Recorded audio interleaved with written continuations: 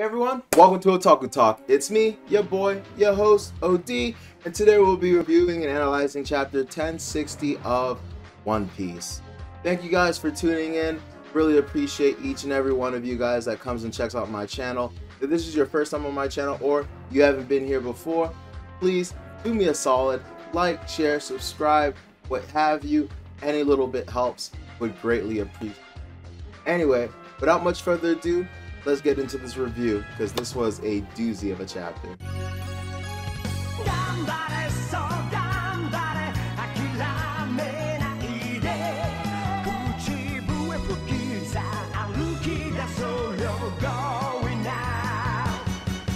Alright everyone, chapter 1060 of One Piece. Unfortunately, no cover story this chapter. However, we do get a nice little, cover coloring page. Apparently it's a remake of volume 8's bonus coloring page. It just adds the new members of the crew, so that was kind of cool, but that's not what we're here for right now. Let's get into this chapter, because honestly this is the stuff I live for when it comes to One Piece. I just really love the world building, the lore piece, all that stuff. The fights are cool and stuff, but this stuff is what makes the series phenomenal. That's what I'm talking about! That's why he's the MVP! That's why he's the GOAT! The GOAT! So we start off the chapter with Robin basically getting Luffy up to date with the going abouts in the world, and the first thing we're going to talk about is Sabo murdering Nefertari Cobra. Obviously, Luffy immediately is like, Sabo ain't do that shit. It wasn't Sabo. And I think pretty much all of the crew that knows Sabo and met Sabo kind of get a feeling based upon, just their general first opinions of him, his relationship to Luffy, and I'm just gonna say it, the vibe he gave off.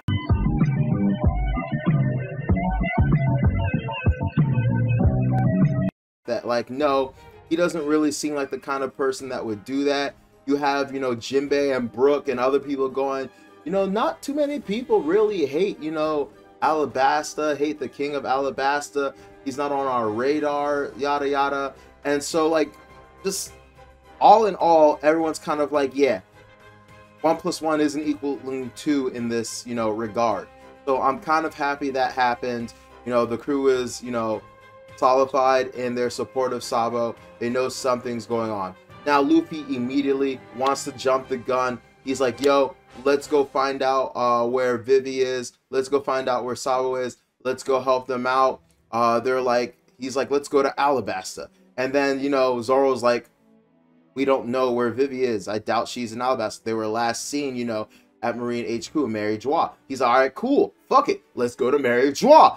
Let's go!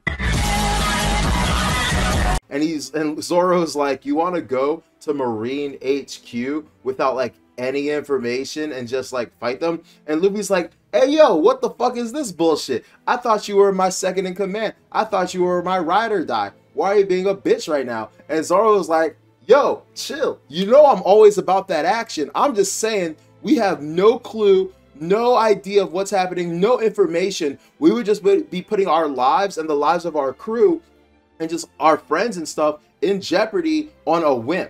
And I'm not going to let you do that. Honestly, I thought this was a really good, moment story-wise for them. Honestly, not going to lie to you, was kind of surprised that it's coming from Zoro of all people. I thought, Nami would be the one to say this. I thought Robin would be the one to say this. I thought Jinbei would be the one to say this. All of these people all ahead of Zoro, but, that wasn't the case. However, for some fucking reason, even though Zoro is being the voice of reason, he is being the logical one. He is being chewed out by the crew. Luffy calls him Onigashima for some reason. You have, who was it? It's not Chopper. Is it Chopper or Nami? Somebody calls him Green Kaido. Usopp or someone calls him Green Mum, which apparently Oda loves his puns. Is not only a pun on being Green Big Mom, but also is a type of flower that once again resembles Zoro's hair. And then you have Sanji, who's, you know, not gonna miss this opportunity to jump in and throw jabs at Zoro, and calls him a moss head. Which I love the fact that Zoro chooses to ignore everyone else's insults, but directly, you know, replies to Sanji's and is like, what was that, fourth?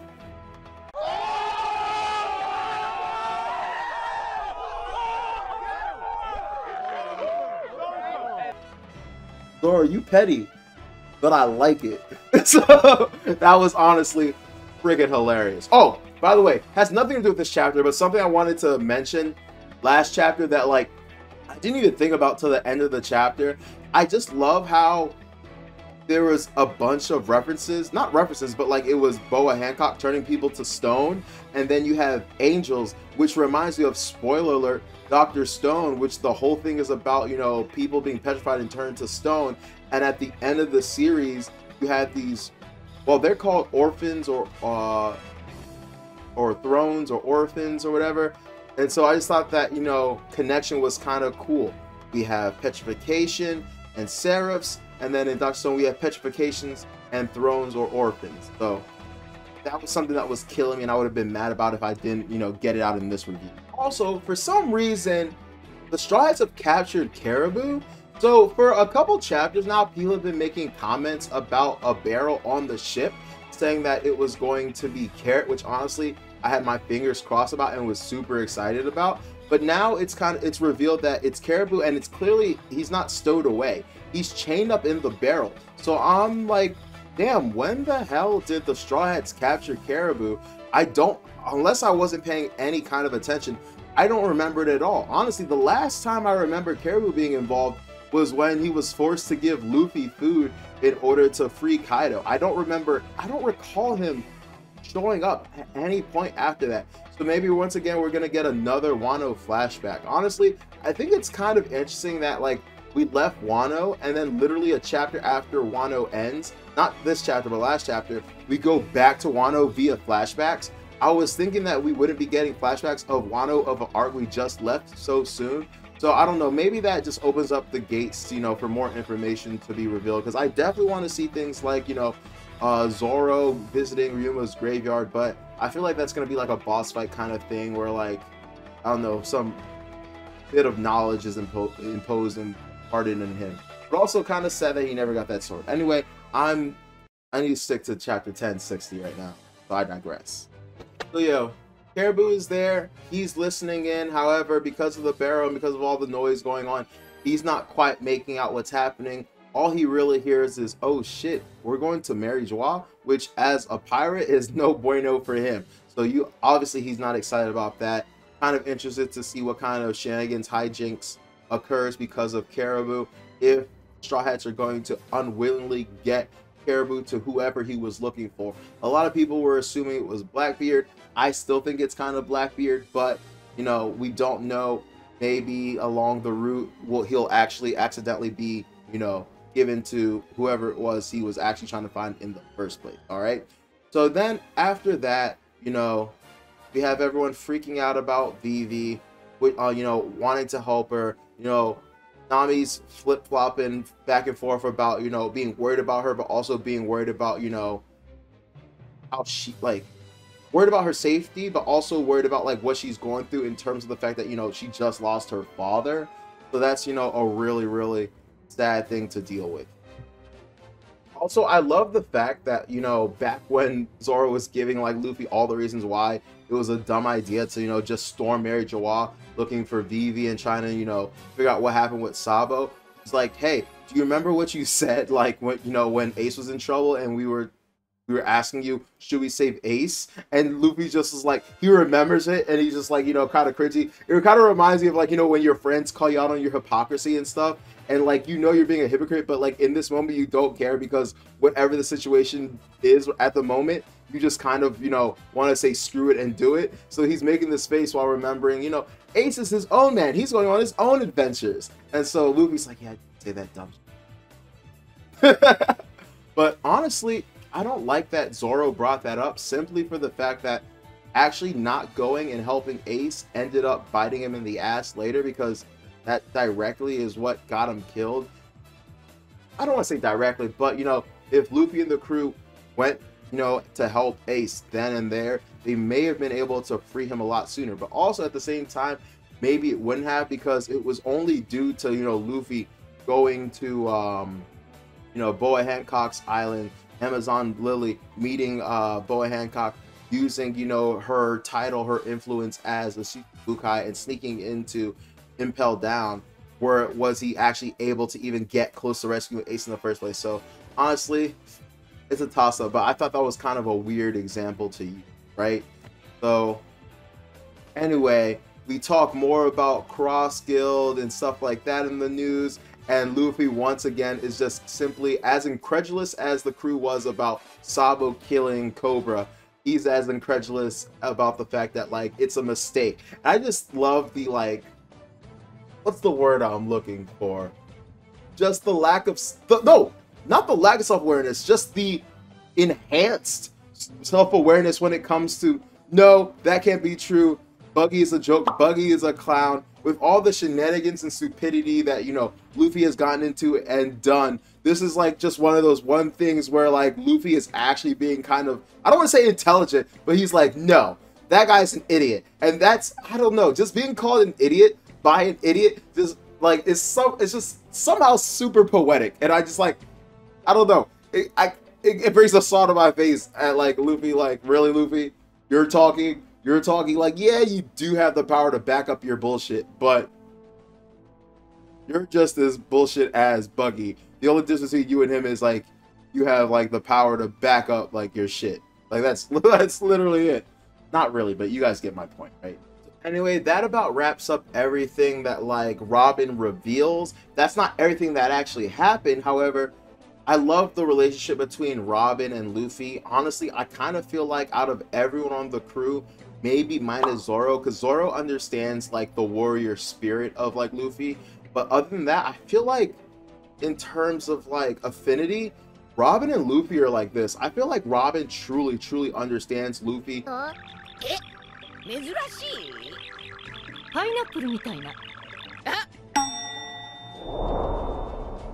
Understands the childish nature of him and his mind state, just not only from being a scholar, but being someone that their childhood was, like, stolen from them. Because, we just get so many scenes throughout the entire series of just, like, her just being, like, on the same wavelength as Luffy. And she honestly understands how bored of shit, like, how bored he gets of things. And she's like, so there's a bunch of other familiar names on here and stuff like that. Do you want to know about it? And Luffy is like, nah, I'll leave it to you to worry about. If it's something big, yeah, tell me. But if it's, like, stuff I can live without knowing, or, like, I'm not actively going to, like, do anything with that information, why bother? And I totally get it because it's Luffy, but I'm annoyed because that is just more directed at us, the readers, because us, the reader, we want to fucking know everything. No, Robin, tell us what the fuck else is happening in the world of One Piece. No.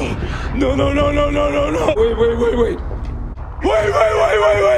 And it's like, nope. We have an in-canon reason for not knowing about something else that's going to happen. So we're going to be surprised with some new developments that I guarantee were foretold in the, events of the newspaper, right? But anyway, Luffy pretty much closes up with the fact that, you know what? I don't think Sabo did it. He wasn't that kind of person. All he wants in the world is to make sure that freedom isn't taken from anyone else the same way it was taken from him. So, like, Luffy knows his bro. So that's all we can say. While reminiscing and thinking about, Sabo and that, he decides, to tell his crew his dream for the first time, which honestly, I can't believe after years and years and years of being with his crew and, trusting them, everything that they've been through together, he hasn't told them this yet. But the way afterwards, after he tells them, he's like, oh wait, I haven't told you guys this? Huh, I guess it was only Sabo, Ace, Shanks, and I don't know, one other person. I forget who he said. But yeah, he tells them his dream. Once again, we as the reader do not get to see it, so thank you, Oda, for that. And we just get to see all the reactions of the Straw Hats. Honestly, I was kind of disappointed because I was kind of hoping that all the Straw Hats would be like, by this point, their ride or die Luffy would be like, yeah, let's make that happen. Or, wow, you're crazy, Luffy, but yeah, that's our captain for you. And, to general degree, that's pretty much what they did. But Frankie is the only one that had, like, in my opinion, the most positive reaction. Brooke had, I think, the second best reaction. Other than that, the rest of them were like, you're crazy. I think Sanji was like, you need to get your head checked. And honestly, I was looking at Sanji's reaction the absolute most, because I, to this day, have believed the theory. I think, I forget what his name is, but one guy came up with a theory, and that it's, you know, he wants to drink sake with everyone. I personally have always thought he wants to have a big feast or a party with everyone. And honestly, I think that could easily include sake. So, like, I was like, oh, cool, yeah, that lines up with what I've always thought. But honestly, just the sheer reaction and just the absurdity of everyone being like, no, that's impossible, makes me wonder. Like, it makes me truly, like, fear that, like, no, it's something completely different than wanting to have, like, a feast with everyone at the end of the series. Now, I still think if you think about it in the terms of, you know, I want to have a feast with everyone, you know, enemies, allies, Marines, every race. Maybe that's why it's so outlandish and ridiculous, but I don't know.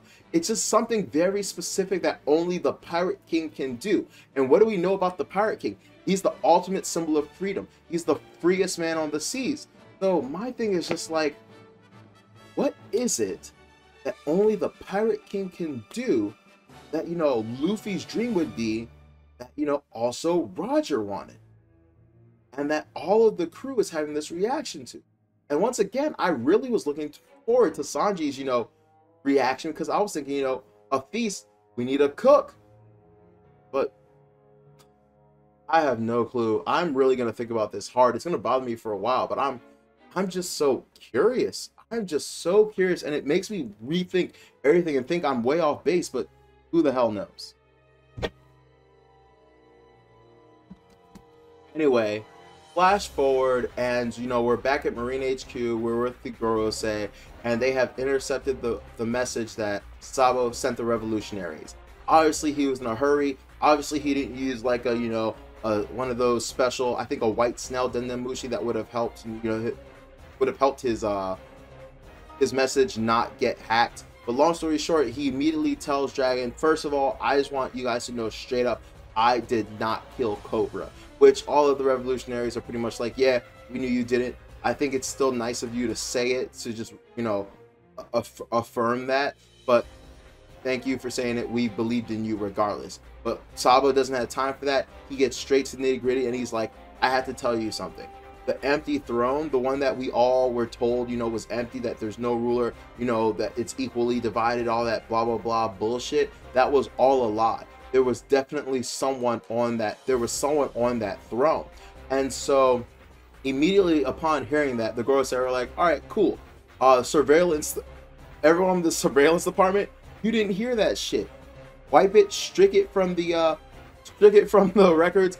You guys didn't hear that, right? Now, at the same time, they're trying to figure out, okay, where did the transmission come from? And apparently it came from, you know, an island, a kingdom called Lelucia. And so we get really, really bad news, and they're just like, be like, oh, how convenient. That's ironic. And someone's like, no, Sabo's really unlucky. And one of them is like, no, it's fate, right? Because right on the kingdom that Sabo was at giving this message, earlier on in the series, like, I don't know how many chapters ago it was, but, you know, the Gorosei were like, or was it M? One of them was like, which light will we extinguish next? Which country will we remove from history, right? And so while all of this is happening, we see this on this island of Lelucia, the skies get dark, and apparently there is something in the sky, right? As this thing in the sky, you know, approaches or gets to the island, all of a sudden there is a laser, electricity. I know I saw comments, people saying Enel. It definitely is not fucking Enel. But like, it just literally wipes Lelucia off the face of the planet. This shit makes a Buster Call look like a freaking joke. And honestly, I am going to just take Occam's razor and give the most likely rationale what the hell it was. And I think it's just, it has to be Pluton, right? I forget what YouTuber was talking about it, but like, for a while, people have been like, I truly believe that already, you know, the Marines have to have at least one of the ancient weapons, right? They have to have at least one of them. And I was really, really getting behind that theory, but now I am 1,000% in that boat, in that ship. They definitely have Pluton. They definitely have used Pluton. The only question to me at this point is, why have they waited so long to use it? And why are they so selective with it? And you know what? Why the hell do they need buster calls when they have this weapon? Maybe they don't want people to know they have Pluton, but like, why the hell would it matter if people know you have Pluton when you can just wipe them off the face of the planet? So, you know, can it only be used a certain amount of times? Does it need to charge? Is it temperamental? Does it need to be hidden? And that's why, like, I have so many questions about this, so can't wait to get into that. So that was crazy. As far as, is Sabo okay? I'm gonna say yes. I'm gonna say yes because like Oda has been freaking jerking us off with the fate of Sabo. This is feeling like a freaking running gag at this point. We're like, is Sabo alive? Is he dead? Is Sabo okay? I'm sticking to my guns. Sabo is fine. Sabo is straight. It is ridiculous. He got Ace's fruit, inherited his whale. You know, he's a big threat to the world government. He's the #2 of the revolution armies. I don't think he is going out. We haven't even seen like on screen like a major fight from him yet. I want to see him at the end of the series join in the fight. Like, so there is no way. I'm stepping on that. You can call me crazy. I will eat humble pie if I am wrong. There is no way he is injured. He either could have like flown out, avoided it. Maybe he could have, you know, maybe being a Logia is what's going to save him here. Fire is a type of energy that looked like an energy beam. Maybe he can bullshit shenanigans his way out of it. Maybe he can go underground. I don't freaking know. But all I know is like, yeah, that dude's alive. And he's going to have a great story to tell by then. Anyway, we get back to the Straw Hat crew, and they're traveling. They're all bundled up in snow gear. Chopper looks adorable wearing a hat that, you know, Otama made for him. And as they're traveling, they see this big, like water ball. It almost reminds me of like the iceberg that Aang was trapped in Avatar: The Last Airbender. However, this isn't frozen. It's a giant, apparently, water eddy, right? And so, you know, they're about to just, I think, just, you know, casually sail by it. But Luffy, I think, using observation hockey or whatever, is able to tell that, hey, there's someone in there. And once again, Sanji the ladies' man, whose observation hockey is increased to incredible heights, especially when it revolves around women, is also able to do that, right? And so they're all thinking about like, okay, how are we gonna like get her out? What are we gonna do? And I was curious also about like what the plan was here. And then Zoro, my man, always keeping it simple, is like, I'll cut it. And I was like, bro, did you not hear? There's someone in there. What do you mean cut it? Once again, a true swordsman is able to choose what they cut and what they cannot cut. And my man just straight slashes that joint up. Now the whole time I'm thinking, who could this be? I'm thinking, you know, Film Red's in my mind. Could it be the one, you know, Shanks' daughter? Could it be, you know, an old character that we've met before? Could it be a new character that we have never seen before? And lo and behold, it is Jewelry Bonnie. And I was so freaking hyped for her because honestly, she was one of my favorite Shichibukai, and we really didn't get to see a lot of her. All we know is that she was really strong. She had a lot of power, and there's so much lore circling her. She was at the last reverie, so she's going to have a lot of information to share with our crew. Also, she has some kind of connection to Bartholomew Kuma and that one kingdom he's from. So, like, I am super excited to learn more about her. Also, her bounty is still 320 million berry, which honestly I believe is the same as when, like, the supernovas were established. So I'm just thinking, oh, she really hasn't been active for a long time. She really hasn't shaken any waves, hasn't done anything newsworthy to raise her bounty. Where the hell is her crew right now? How long has she been trapped in this eddy? How did she survive in this eddy without drowning? How did she even get into this situation? And honestly, for the life of me, I can't remember when the last time we saw her was. The last thing I can remember was when she was like either arriving or leaving whatever kingdom that like Kuma is from. So this was just, Oda is like killing it right now with the chapters. I'm so hyped. I am so excited to be a One Piece fan right now. This is just a great time, and this story is really coming to like, you know, fruition. It's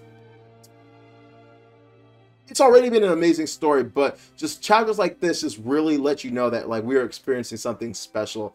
and just buckle up and enjoy the ride. Anyway, I think that's all I had to say for now. Super excited for 1061. Let me know what you guys thought about this chapter. Let me know if there was anything I missed or said incorrectly during this review. I'm always striving to be better, and honestly, I'm a fan just like you guys. I just decided, hey, I want to get out here and I want to talk about like the series I love the most. And so yeah, just get back to me. Let me know what you liked about this chapter. Let me know if there was something interesting that I missed. And yeah. Anyway, this has been Otaku Talk. I'm your host, OD. Please remember to like, share, and subscribe. And have a great weekend. Peace. Take care. Bye.